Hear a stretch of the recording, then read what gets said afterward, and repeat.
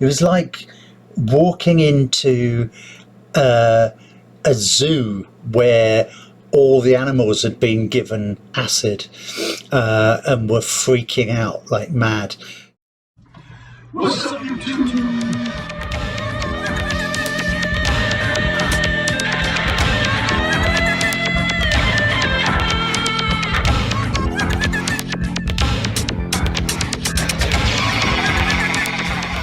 Oh, yes. Yeah, that's good. Hello.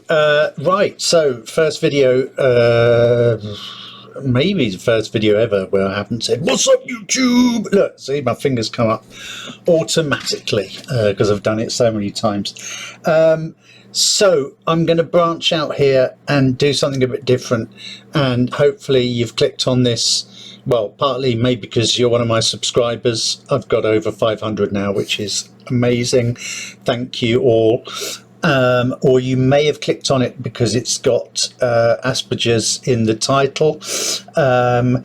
Either way, thanks for watching. Like, subscribe, hit the notification button and comment below, as they say on YouTube.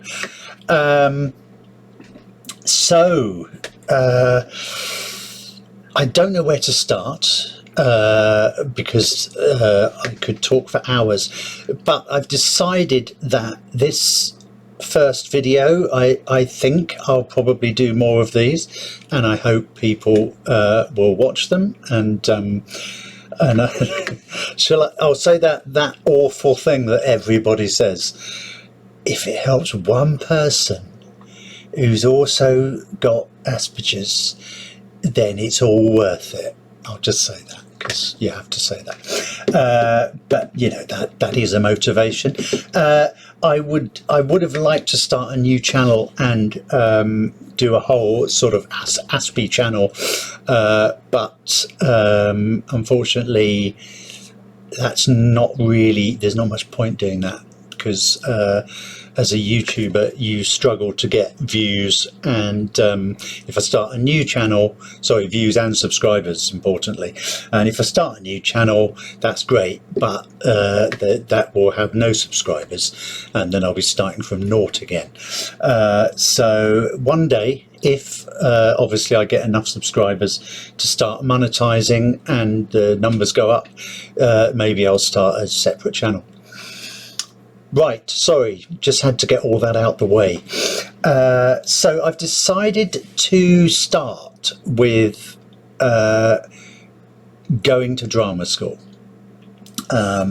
because I could have started at the beginning, obviously, story of my life and all that.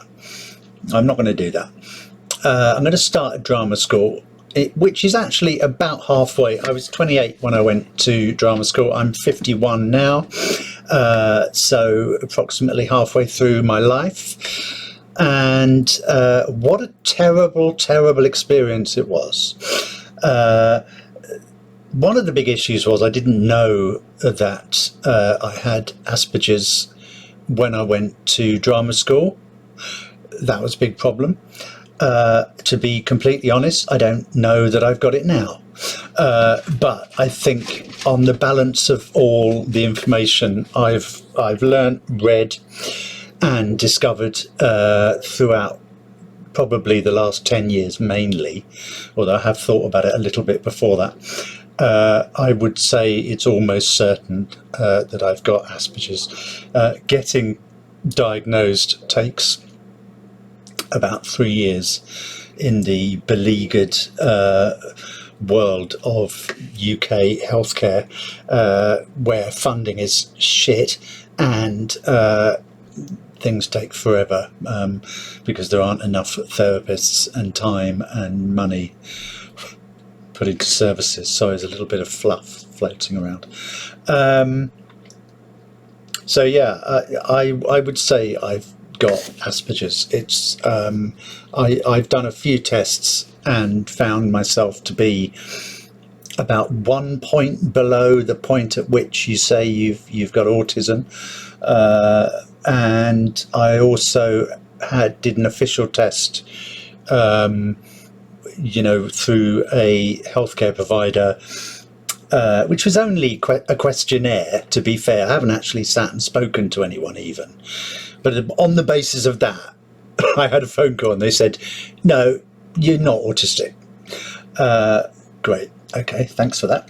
And frankly, the thought of going through 3 years of waiting around and appointments is, I think, pointless, because I know that's where I am.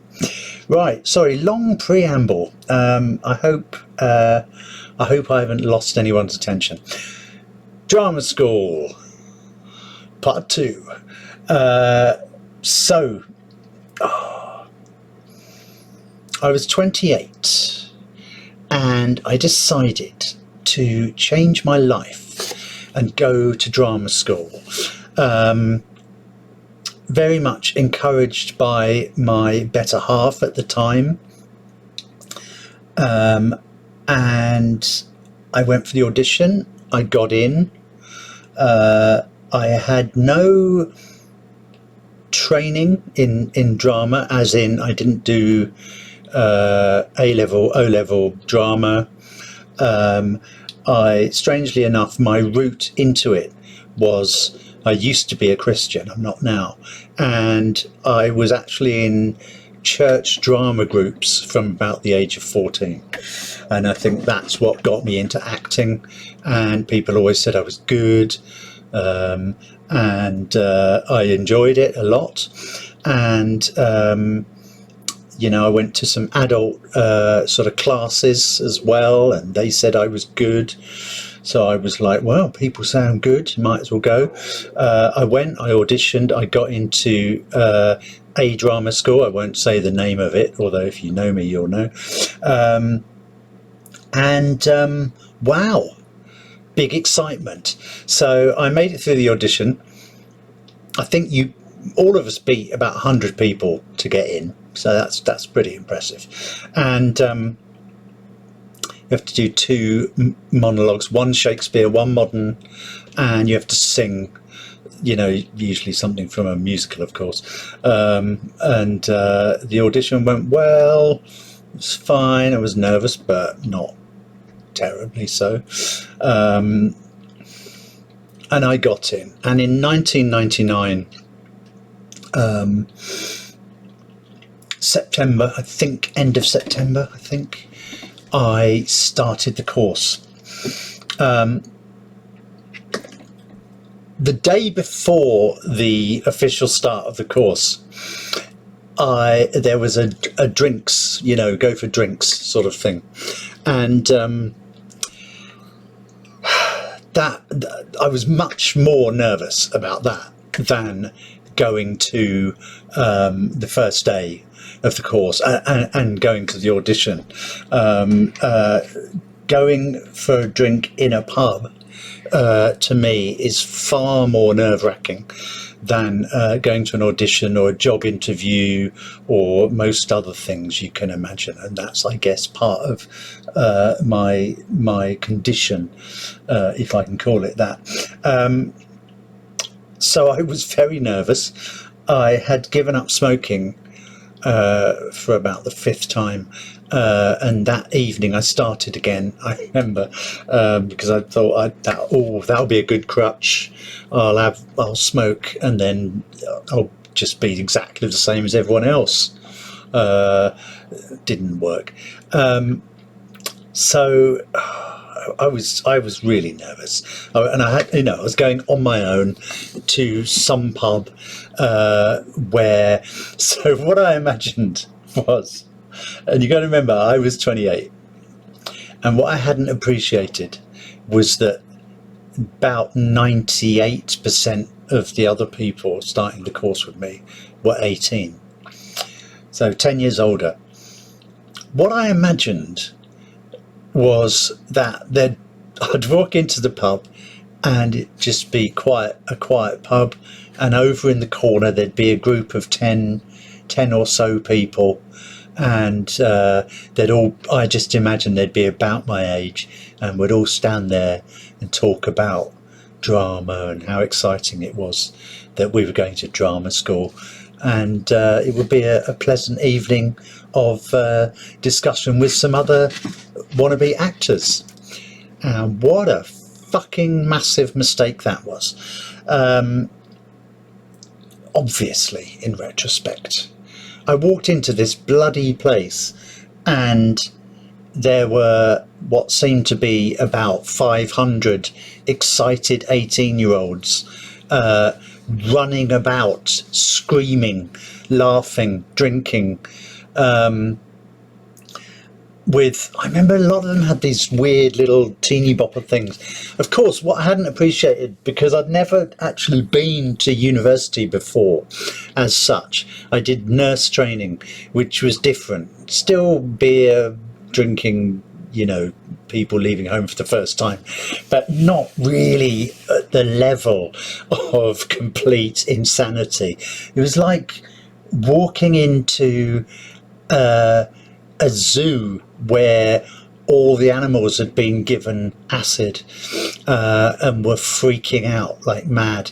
It was Freshers' Week, and of course a lot of these people had I think gone to lots of different evenings during that week, so they already knew each other quite well. I knew no one. So I walked in and I don't really remember meeting anyone that evening. I think I was just I think most of the people looked at me and thought, is he at drama school and he looks a bit old? Because when you're 18 and someone's 28, to you, you think they should be drawing their pension, don't you? Then we moved on to another pub where there was a sort of a dance, there was some dancing, and it was a bit more clubby rather than just being a pub. It was awful. I hated it. The funny thing is, you would imagine, Aspergers, autism, whatever. So, those people just sit in the corner, don't they, in silence, staring at the floor and probably rocking. That's not me. In a social situation, and obviously, being an actor, I function in a very different way. My way of getting over my terror of meeting other people and socializing is to try and be as loud as possible, make lots of jokes. Too many jokes used to be, not so much now. And I was up there on the dance floor and of course completely uncool, because I'm just too old, aren't I, to be able to dance properly. And I won a bottle of champagne as the winner of some sort of dance competition, and I think it was a bit tongue-in-cheek. I don't think they really thought I was the best dancer. I think they just thought it was quite funny what I was doing. So there you go. That was the first evening, and actually I remember meeting a couple of people, having a bit of a chat. Small talk is something I hate and abhor, and I think you'll find this with a lot of people with Asperger's, that I like to talk about something in depth and in a sort of intelligent way. I can obviously talk crap. I do it a lot, and I love to do it, but sort of doing that with people you've never met before obviously is quite difficult, because you sort of, the normal way of interacting, I guess, is to share a bit of information, establish some sort of ground rules. What sort of person are you? Not that you do this consciously, but you're thinking, do I like this person? You're sort of sizing each other up when you meet someone. And I guess to me that's extremely tends to be very threatening and terrifying, because for me, and I think for anyone on the spectrum, I think I'll say on the spectrum, I prefer that, anyone on the spectrum. So we find it harder to work out what people mean when they say things. Find it difficult. And actually, it's not because you look at someone and they're like a blank and you can't see any of their reactions, and you're like a robot or something, and you're just looking at this sort of blank face, like I don't understand what you mean. It's just noise and facial expressions. No, it's not that. In fact, it's, for me, it's the opposite. It's I can see every facial expression. I can see every narrowing of the eyes, every smile, half smile, micro expression. I can hear every tone in someone's voice, and I can, and the problem is that, and I guess a lot of people probably find this, but this is my experience, that I'm desperately trying to get all these different elements of non-verbal cues and pull them together and work out what the person means or thinks of me, or are they being sarcastic, are they joking, are they do they really mean what they said? And what's interesting is that so I think I'm hypersensitive to the non-verbals, not completely blind to them. But you've only got so much processing time when you're talking to someone, and obviously part of your brain is trying to work out the subtext, but the other part of your brain needs to be able to just listen to the words that people say. And there's a hell of a lot going on neurologically when you're meeting new people in a stressful environment. It's noisy, and usually there's at least 2, 3, maybe 4 people all talking at once around you. So this is an extremely stressful situation to be in, when your capacity to take in the sort of data of what's going on around you is limited. Awful. Absolutely awful. So I went home from that first night feeling like I'd been hit on the head with a sledgehammer. This vision I'd had of these rather mature people who were interested in theatre and film and being an actor had just been smashed, and I realised that I was in the middle of a fucking reptile zoo, or to quote from Hunter S. Thompson, in the middle of a fucking reptile zoo of insanity, because these are 18-year-old kids just left home for the first time, nearly all of them, a lot of them from overseas as well, and they were just going wild, letting loose, going insane. And it was terrifying. And I thought, 3 years, great, 3 years of this. How the fuck am I going to cope? There you go. I think that's enough for now. That is the start of a 3-year nightmare, which left me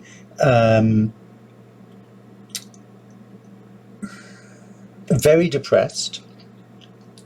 That lasted for about 18 years afterwards. Actually 18 years from the first summer holiday of the course. So I got through the first year from September to about July, went on summer break, and at that point I plunged into depression. That lasted for 18 years. That finished in 2018. I'm now thankfully pretty much, touch wood, normal. Definitely not normal, but my mood is normal. So there you go. I will do part 2, and I hope people watch this. And I just watched something. I just watched a TED Talk. I'll put the link in. so you can see it, because that chimed with me, and I think that made me think, yeah, I'll do these videos and I will talk about my experience. If you have autism or Asperger's, or you think you're on the spectrum, or you are on the spectrum, or whatever,